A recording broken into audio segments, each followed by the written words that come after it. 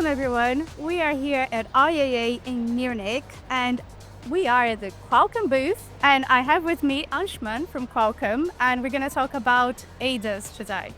But before we start, Anshuman, could you please introduce yourself? Absolutely. By the way, Mehmet, thank you for having me here, and it's always a pleasure to see you. Now this time in Munich. My name is Anshuman Saxena. I lead the global ADAS AD solutions at Qualcomm. I've been with Qualcomm for over a decade now, building up these foundations of AD ADAS brick by brick, I would say. And here we are doing a lot of announcements this time at IAA in Munich. Brilliant. Well, you said announcements, right? That's the key word. So Yep. What are you announcing today? So we had this announcement with BMW. Last Friday, they did the global launch of the newer class BMW iX3. That's the latest, greatest solution where Snapdragon Ride Pilot system has been launched. So we are very proud of it. There's a lot to unpack over there, but that's the first solution on the road where we have stepped up from building the ride SoCs that you have been talking about and covering for some time, all the way to what we call as a Ride Pilot, where the AD ADAS stack is on the road now for highway and urban driving. That's brilliant. Right. So let's get into a bit more detail. So this is stack. What does it do? Is it like a turnkey solution that an OEM can just use? What are the other parts of it? So let's go first what we did with BMW. So this partnership with BMW started a little over 3 years back when we started working with BMW to put together a complete AD ADAS solution, which BMW team would take it on their vehicles, integrate it in the cars, and launch the highway and urban driving system. That system is based on Ride SoCs, Qualcomm's homegrown vision perception stack, and then the co-developed stack between BMW and Qualcomm to implement these customer functions. Beyond this customer functions, there is a full flywheel for the data, where we do the data collection, we do the annotation, we do the overall reprocessing of how the changes are being done, and then do a over-the-air upgrade back into the car. That whole pipeline is what we do for the development of the stack being deployed in the car. That's the BMW side of the part. Now, as part of the collaboration, the whole Ride Pilot system is available to Qualcomm to take it to multiple other automakers. That's how we are taking that highway, urban, L2 plus driving system into many other automakers. And by the way, we did one more announcement with Valeo earlier today, where the Ride Pilot system with a strategic collaboration with Valeo is available globally now today to multiple other automakers for their system integration. We often talk about levels. And I know this gets a bit complicated because we're sort of in this pocket of L2, right? Yeah.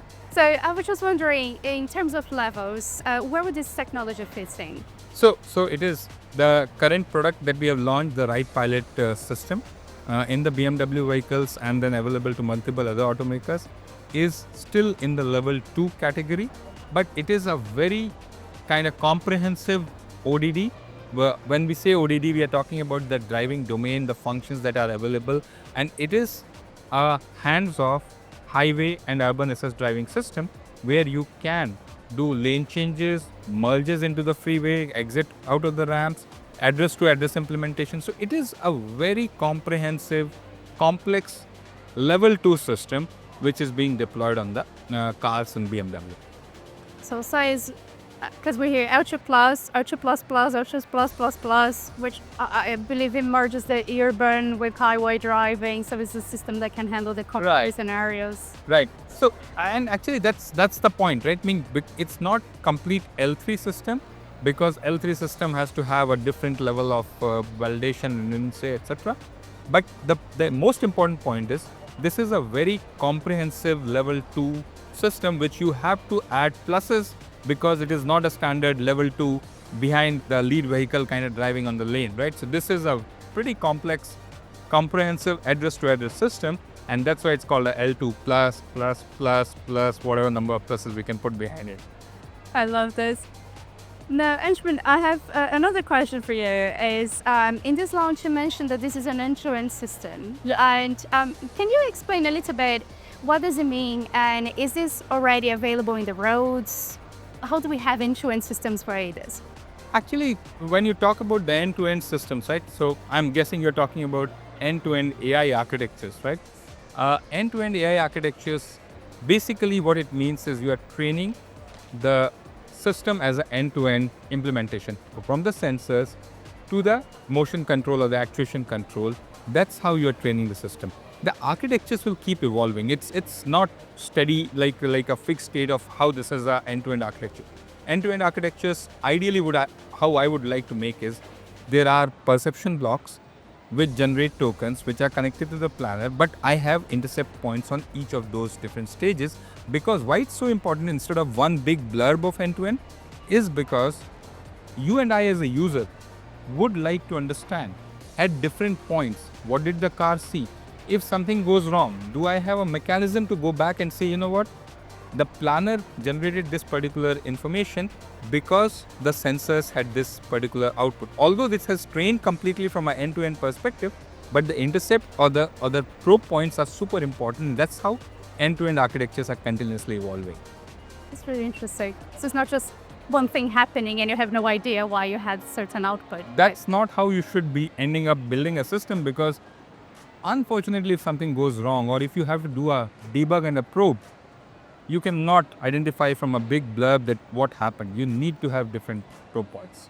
So I was going to ask if there's anything else you would like to add, but I just remembered when you explained about the safety guardrails of the system, and I thought it was so interesting. The important piece is, what are we trying to do, right?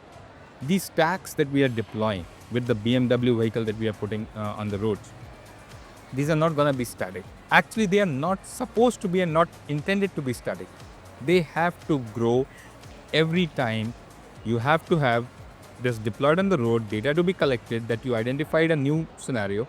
You have to take the data. Like I said, the whole data flywheel pipeline where you have to collect, enrich, annotate, put it for the new training, reprocess it over millions of miles because you have to make sure that safety is not compromised, and then deploy it back on the car. So there is a continuous development happening. It's a data-driven approach. Now, while you do a data-driven approach, and this we just talked about the big blurbs, right? It's super important that the ground rules, the rules that are for driving purposes, are not broken. And that's where Qualcomm has been implementing this safety guardrail approach, where while we do this end-to-end implementation of sensor to the actuation, which is completely data-driven, there is a path which has rules implemented, which are tuned for whatever is the rule of the land to drive in a particular scenario. And that does a, by name, guardrail to the final outcome of the main stack. Super important. And this is one important thing that we have done, validated over years, now getting deployed on the BMW vehicle, because building a safety stack, it's not trivial. It has to see multiple countries, multiple data paths, everything to be proven, tested, regulatory approvals and assessment, then put it on the car. And that's a big asset that we have got as part of our development. That's pretty impressive, because there is this discussion, right? How do we know what decisions the system is making, right? Exactly, right? So that, and again, this is multi-year journey. It cannot be done by just a new demonstration that can be put on the road, right? Brilliant. Anshuman, is there anything that I didn't ask that you would like to add? One thing I would say is that, we at Qualcomm are looking at these changes in the ADAS and AD space. As we are bringing these things, the Snapdragon digital chassis as a another end-to-end solution, where you talk about user experiences. How does the ADAS, AD system, the sensors talk to the user experience? How can I make it more comfortable to you to understand why car did a specific maneuver, a movement in a human consumable way? That's the next level of implementation, which we call as compound AI, where VLAs, the vision language action models, are complementing themselves to a user experience. Those are the technology that we are bringing in. That's where Qualcomm is looking at kind of scaling going forward, and happy to bring maybe in the next show sometime something more. I was going to say, my eyes are like, let's record another video. I want to learn everything about it. Absolutely. Anshuman, thank you so much for your time. It was a pleasure to talk to you. Thank you. And for the audience, thank you very much for watching us. Thank you.